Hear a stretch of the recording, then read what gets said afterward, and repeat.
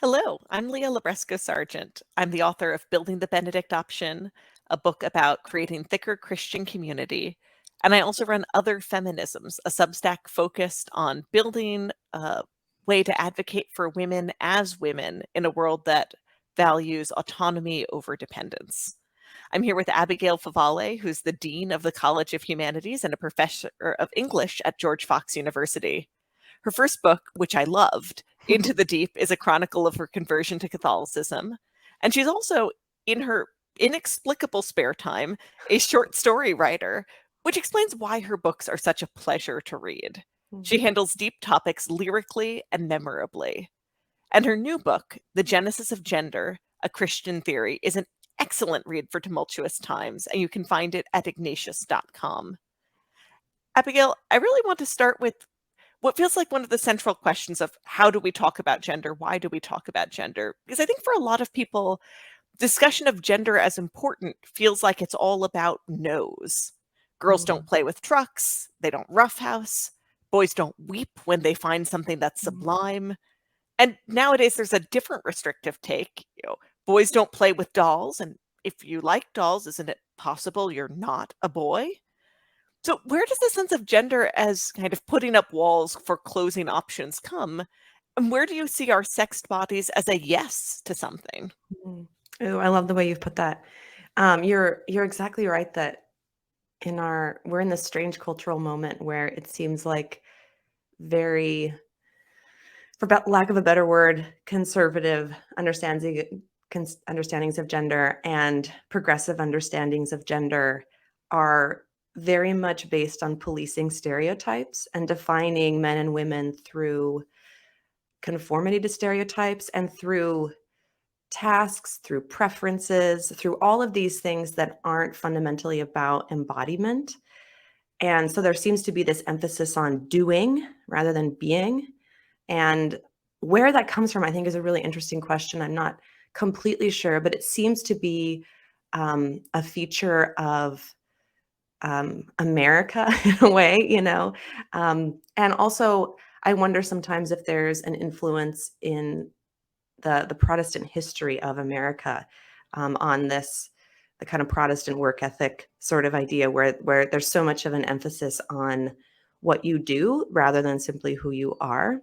And I think shifting the conversation of gender to being rather than doing is a way of making a lot more room for individual unique attributes and personalities while also affirming the reality of maleness and femaleness. So it's much more freeing, right? If you say, well, a boy is a male human being who's not yet fully grown, and he might have a quite a wide range of things that he's interested in, and he's also the full spectrum of human emotionality and virtue is open to him, just like it is open to a little girl. And so then there's so much more of an opportunity to be attentive to the uniqueness of the individual, rather than having these cookie cutter ideas and seeing how individual fit into those or don't fit into those. I like that framing because it's often meant a lot to me also.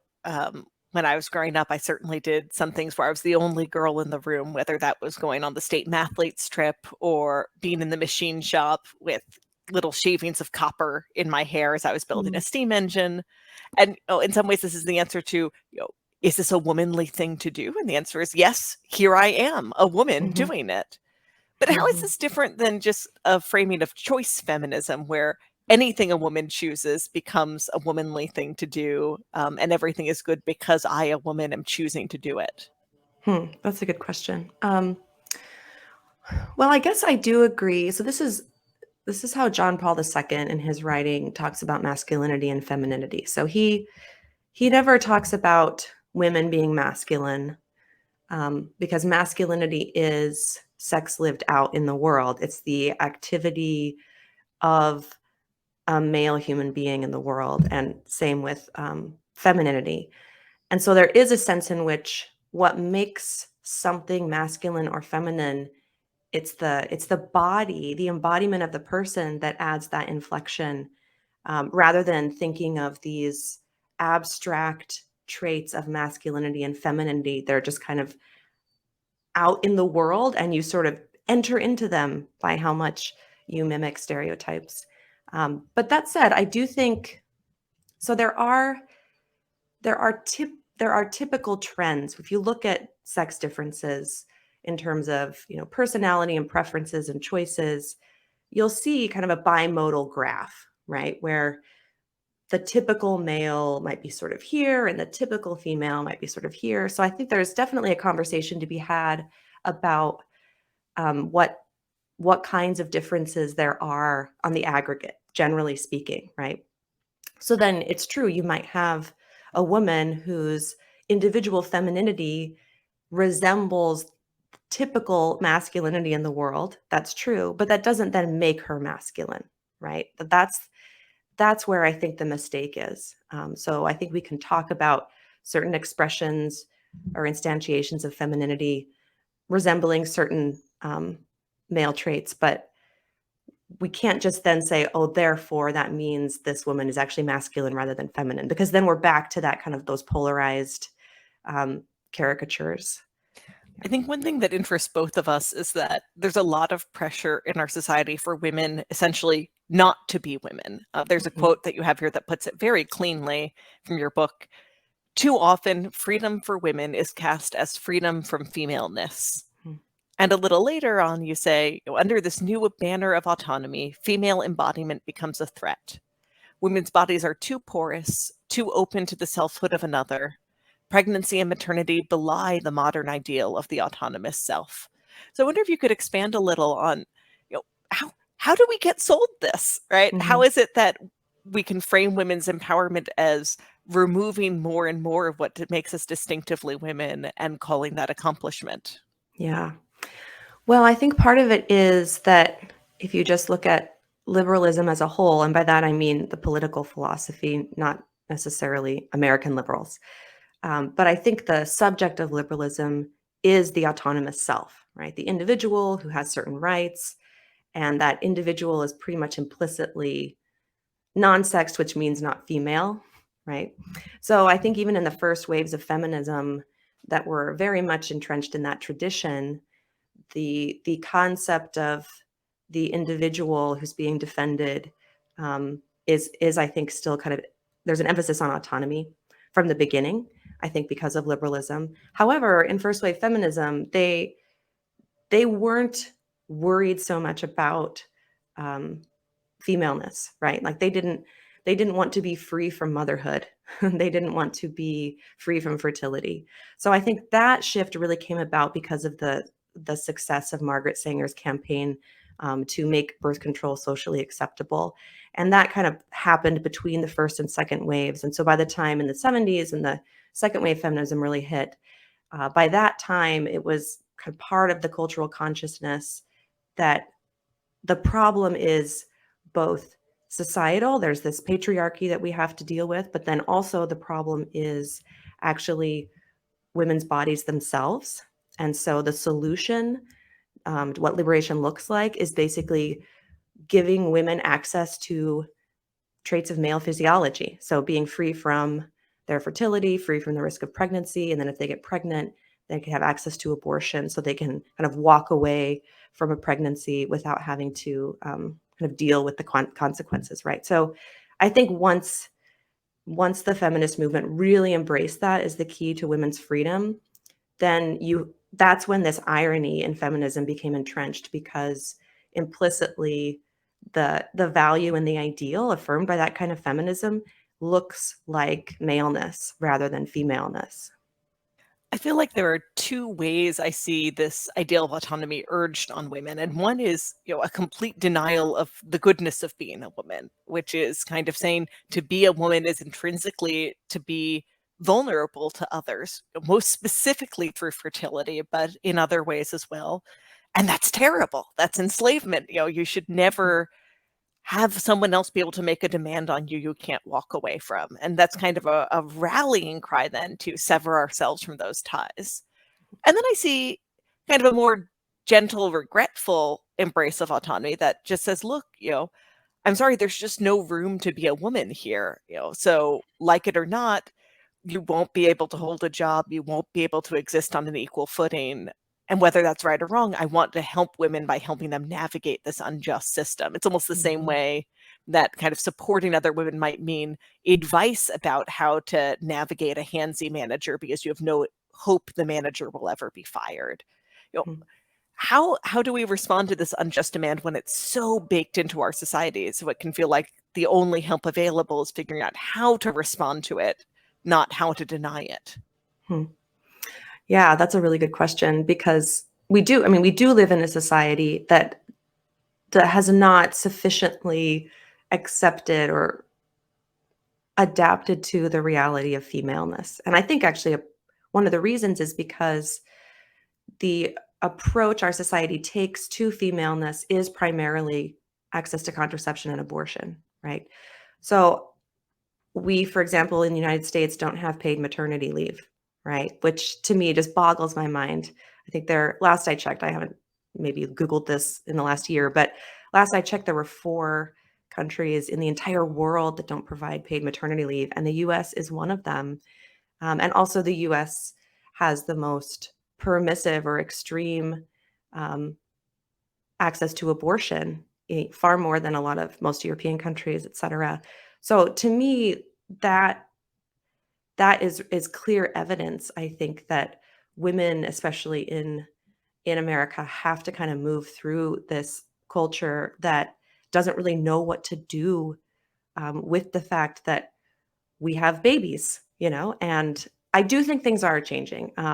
In fact, actually, COVID, weirdly, in the way that it's been disruptive to the workforce, in opening up new ways of working, like hybrid working situations, more flexibility. I think those sorts of situations will eventually benefit women because it will open up a little bit more room for adapting and balancing a career and also motherhood.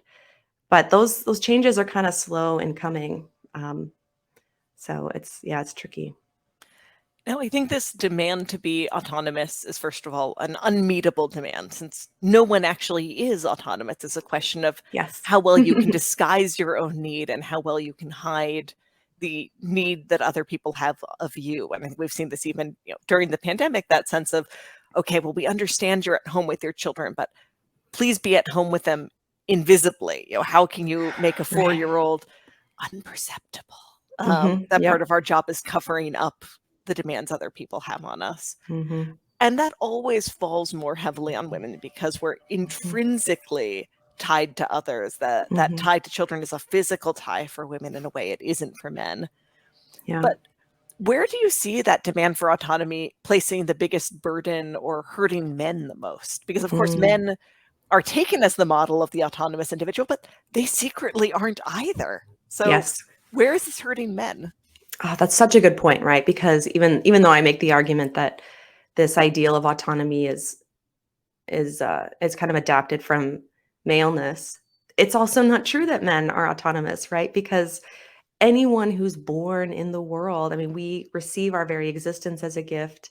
We're dependent quite literally just on the air we breathe and being able to participate in an economy and get food on the table, right? We're very dependent creatures. And so again, even this ideal of autonomy, it's not quite true, even when we're talking about men. But I think it's just more obvious that women more obviously display the kind of interdependent nature of human beings.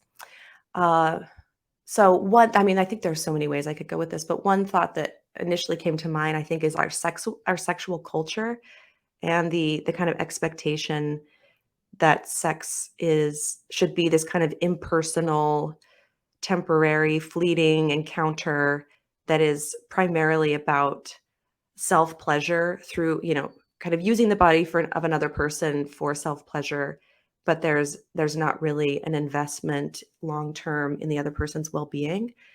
I think certainly that kind of transient sexual culture damages women, but I also think it's bad for men.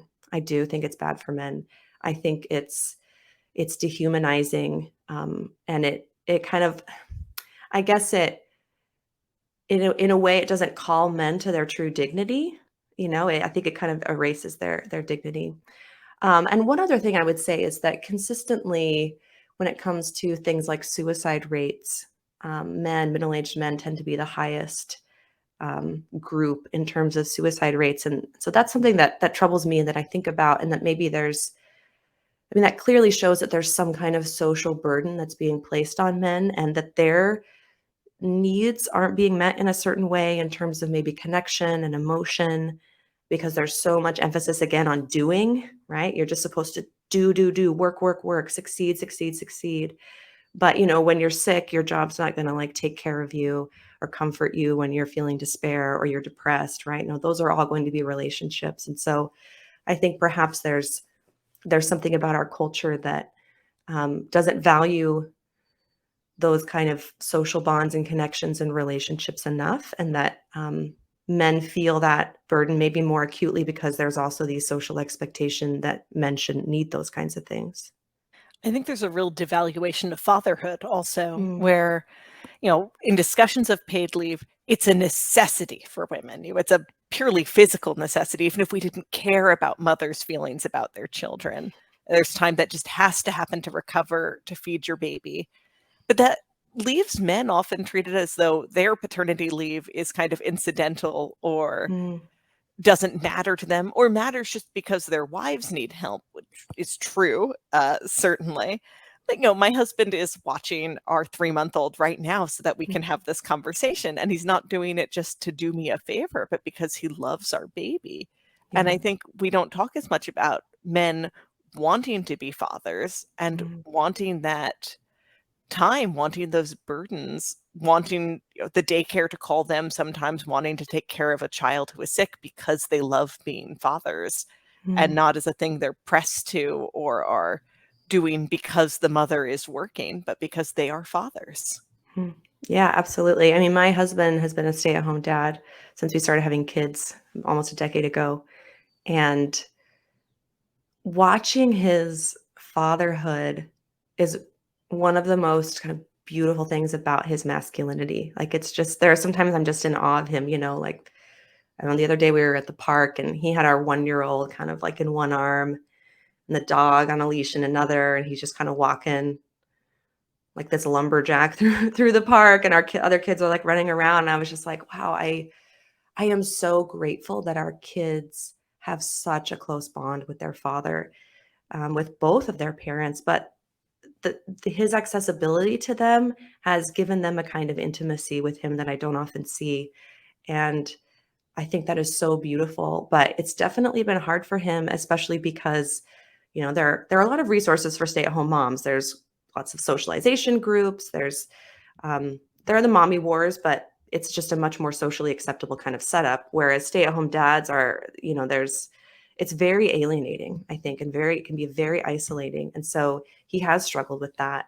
Um, and I think it's in some ways it's harder to be a stay-at-home dad because of that. And it's so countercultural, right? Because you have a man who's explicitly not staking his value in a kind of professional career, and that just doesn't really compute in our culture, right? Like, oh, he must be, something must be wrong with him or something. But it's been very beautiful for me to watch and see how much my children have benefited from having him so present in their lives. And I think in my own life, one thing I notice I get to enjoy as a woman that's harder for men is that people don't find it suspicious that I like children. Mm, That I can be at a park reading and then chat up a mom whose kids are there without the corroborating evidence of my kids being there. And people right. take that as natural, that I might delight in Mm, children or chat with children. I think for men, that's not true. mm, And I try and be really attentive to some of my male friends who are single when they come visit us, to ask them, do you want to hold the baby? Because I don't think people offer all the mm, time. And they don't yeah. assume that's a real desire that men have, or if they do, that it's a kind of suspicious desire. There must be something unpleasant at the heart of it. Mm, yeah.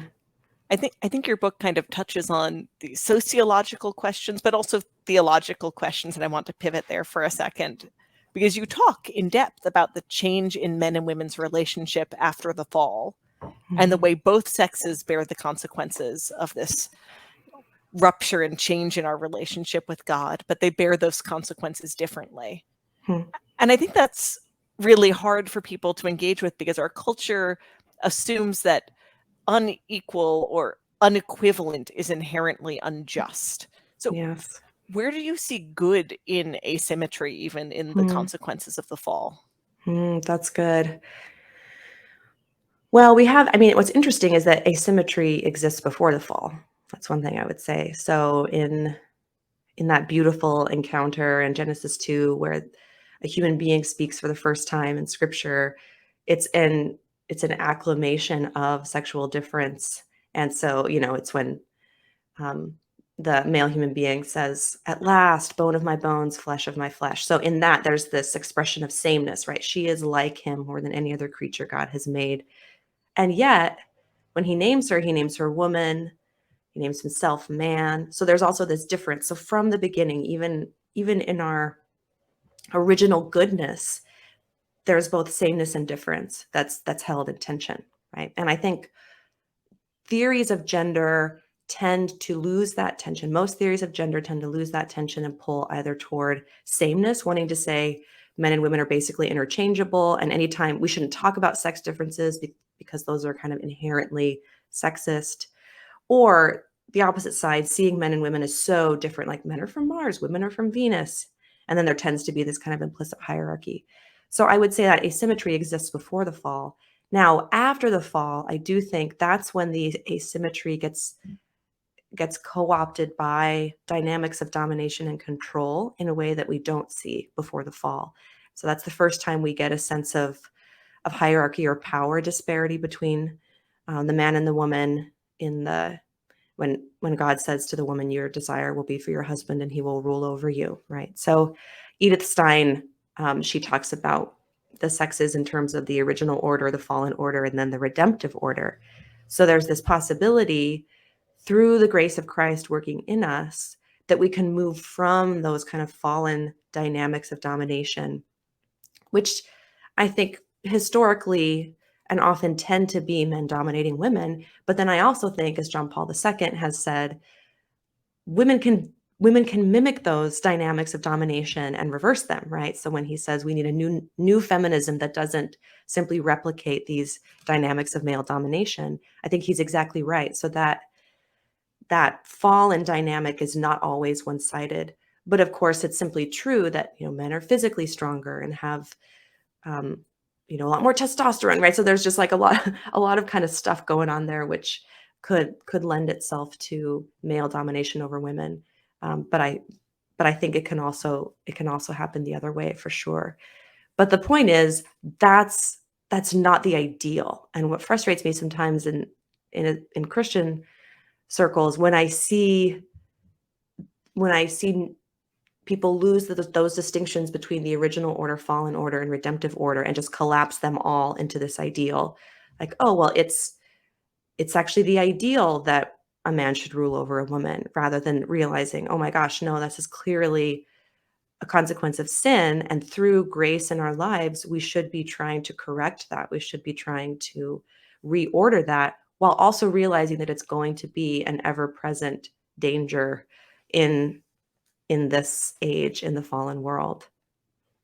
I like when you kind of touch on how do you approach this as a married woman, not just as an author, as someone who has to be attentive to these dynamics day in and day out. You share your marital motto from Homer's Odyssey in the Mm. book, which is no finer, greater gift in the world than that when man and woman possess their home, two minds, two hearts that work as one. Despair to their enemies, joy to all their friends, their own best claim to glory. And I wanted to ask you on a practical level, how do you and your husband make sure that this stays at the heart of your marriage? Because Mm. it's easy to get swept away from our relationship with God, from our relationship with each other by the bustle and demands of everyday life. How do you make sure that this is what you stay true to you? Mm. That's great. I mean, it's a work in progress all the time, right? And it's true. Right now, we have 4 kids, 9, 7, 4, and almost 2. So our life is just a circus constantly. It's just pretty much chaos. But we make sure that we spend time together. I think we both also make sure that we regularly tell each other how much we see and appreciate how hard the other person is working. And there isn't this like obsession about everything being equal, like, well, I did this chore and this chore, so you need to do this chore and this chore. It's just this kind of seamless collaboration, right? Um, we're both constantly doing domestic labor, and he also works part-time, and so there are times when I'm like, we do this dance, I'm home with the kids so he can go out and grade papers, or he's with the kids so I can be at work when I need to be. So it's like this constant dance, but there isn't this expectation that either I should be doing the bulk of the childcare, domestic labor, or that everything should be exactly 50-50, right? So it's much more fluid than that, and it's freeing actually, because we're able to figure out the right setup according to our situation and our unique personalities and how those combine. And that's something I think that's freeing in the Catholic understanding of marriage, that there isn't just this one model you have to follow. Like both for in marriage, like the vocation should be centered on the home for the married couple, both the husband and the wife. But how that actually looks in terms of who works and when and whose career, blah, blah, blah, I think all of that is so contingent upon all these different circumstances. And it's really beautiful that the church gives the couple the ability to discern how they live out their vocation. I like the way you're framing that, because it's not a matter of having a chore chart that everyone's sticking to and checking up on each other on, but a constant conversation that in some way reminds me of some of the good fruit that can come from NFP, where it Yeah. isn't just, well, we're doing this or doing that, we're being attentive to the woman's body and to fertility. And in some ways, it's a constant question. What will we do next? What will happen next? My husband and I have those conversations too. This morning it was, all right, well, there's this half hour I'm talking to Abigail, so I need your help there. Mhm. And will you take over this pasta bake to our friends who had a baby? It's always conversation. It's not so Mhm. much we know each of our jobs and we stick to them because there's Right. too much to do to it that cleanly. Exactly. Right. And plus, it's just you got to be responsive all the time when you've got little kids. Like you can't plan out how everything's going to go. We've got a 2-year-old and a baby, so there's a lot of, will Oh, you catch the toddler before she falls on the baby? yes. There's Yep. constant demands. Yeah. Now I want to ask, kind of looking back to younger kids, your book is a sophisticated book. So how should a parent approach the book if they want to both read your book themselves, but they want to give some of it to their children, whether Hmm. directly by recommending passages or letting it inform those conversations? That's a great question. I think I do try to write in an accessible enough way, not in this kind of academic way, that I would say that I would say it's appropriate for a teenager to read. But in terms of smaller children, I don't know, I guess one thing I would just say for parents to do is affirm your child's embodiment. This is something that I tell my kids a lot, like, "Oh, you have such a wonderful body," um, and it's funny, I actually one of my sons is pretty gender nonconforming in terms of his play and preferences, and I let him play with whatever toys he wants to, and let him kind of explore that. But I'm also very affirming of him as a boy, like, "You're such a wonderful boy," and, um, so there's this again, like, I try to give my kids freedom, a lot of freedom in how they live out their sex, while also really affirming the goodness of their sex and the goodness of their body.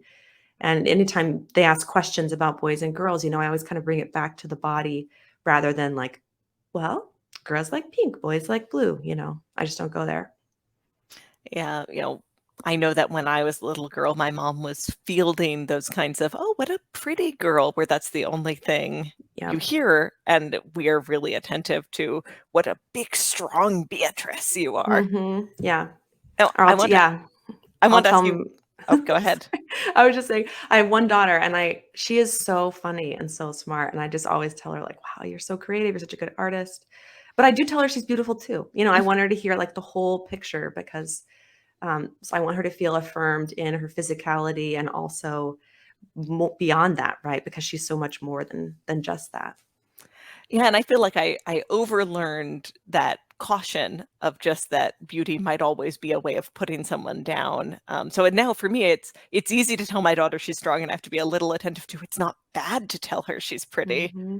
Yeah. Um, I want to close with one last question because I think there's one thing in your marital motto that is not actually Christian, Abigail. Hmm. Ooh, Uh, do it. That's good. Despair to their enemies. Hmm. I don't think we're allowed to actually work for that. And I don't think you actually do. And I don't think this is a book exhorting your enemies to No. despair.